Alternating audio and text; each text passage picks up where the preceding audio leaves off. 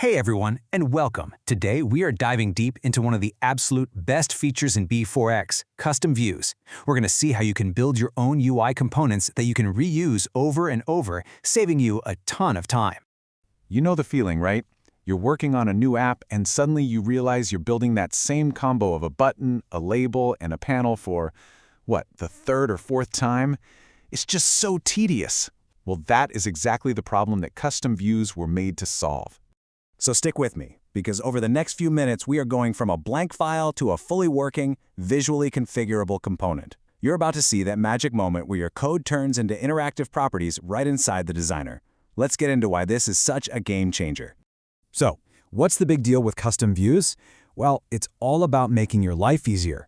They let you wrap up a bunch of standard views, inject your own custom logic, and basically create a brand new, powerful component that you can just drag and drop into any project anytime. Okay, so every great creation needs a blueprint. In B4X, that blueprint is a special kind of class file. This is our home base. It's where we're going to define everything about our new view, how it looks, what it does, and how it behaves. And creating this file couldn't be easier. Seriously, you just pop up to the Project menu, click Add New Module, then Class Module, and then you pick the most important one, CustomView XUI. Now you're going to see two options here, a regular custom view and CustomView XUI. Listen, do yourself a favor and pick the XUI option. This one choice basically future-proofs your component. It makes it cross-platform right from the get-go, which is a huge win. All right, this is where it gets really cool. We're about to literally write the instructions that tell the visual designer what kind of settings and controls it should create for our component. The secret sauce here is something called the hashtag designer property declaration. You can think of it like a special comment, but it's not for you, it's for the IDE. You're sending a direct message to the visual designer that says, hey, I need you to create a setting for this property that the developer can change. And here's what that looks like in the real world. See these lines at the top of the class file? Each one of these hashtag designer property lines is going to create a control in the properties panel. You'll get a checkbox for a Boolean, a text box for a string. You can even get a color picker. It's amazing. So let's just quickly break one of these down. You give it a key, which is your internal variable name, a display name, which is what shows up in the UI, and a field type, which tells the designer what kind of control to make. You can even create a drop-down menu on the fly, just by giving the list attribute a string of items separated by a pipe. It is so simple and so powerful. Okay, we've laid out the blueprint. We've defined our custom properties. Now for the fun part. Let's watch our code come to life right inside the visual designer. So we hop back over to the designer. Once your class is saved, you just right-click on your layout, go to Add View, and would you look at that, your new component is right there waiting for you in the Custom View list. And bam! The second you add it, just look at the Properties grid on the right. A whole new section called Custom Properties just appeared. And inside, all the settings we just defined with our code. The checkbox, the number field, the text field, they're all here, totally live and ready to use. And that is the workflow. It is so seamless. There's no complicated compiling, no messing with config files.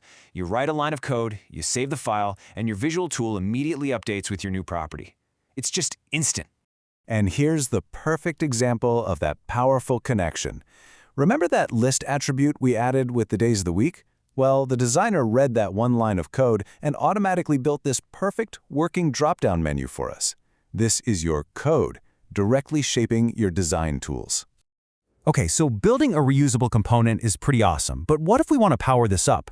What if we want to use this same component on Android, on iOS, and even on desktop apps? I mean, that's the big question in development today, isn't it? How do you keep one code base for your UI but target completely different platforms, like B4A for Android and B4I for iOS? Well, the answer was in that choice we made right at the very beginning. The key is XUI, the cross-platform user interface library. You can think of it as the magic glue. It's the official library that lets your custom views and really your entire app run on different platforms without you having to rewrite everything. And the change in the code is so small, but it's incredibly powerful. Instead of declaring our view as a platform-specific panel, we use the generic B4X view, and the designer create view method accepts a generic object. These tiny tweaks are all it takes for the XUI library to work its magic and make your component work everywhere. So let's just take a step back and think about what this really means. Once you get the hang of this, how does it actually change the way you build software? Well, the benefits are just massive. First off, you stop writing the same boring code over and over. You start building your own personal library of superpowered components. You can design complicated screens way faster. And the best part? You can share these custom views across every single B4X project you have, from Android to iOS to desktop. This workflow is a complete game changer for how you build your user interfaces. So really, the only question left is, what's that first complex, repetitive thing you're going to turn into an awesome, reusable, cross-platform custom view?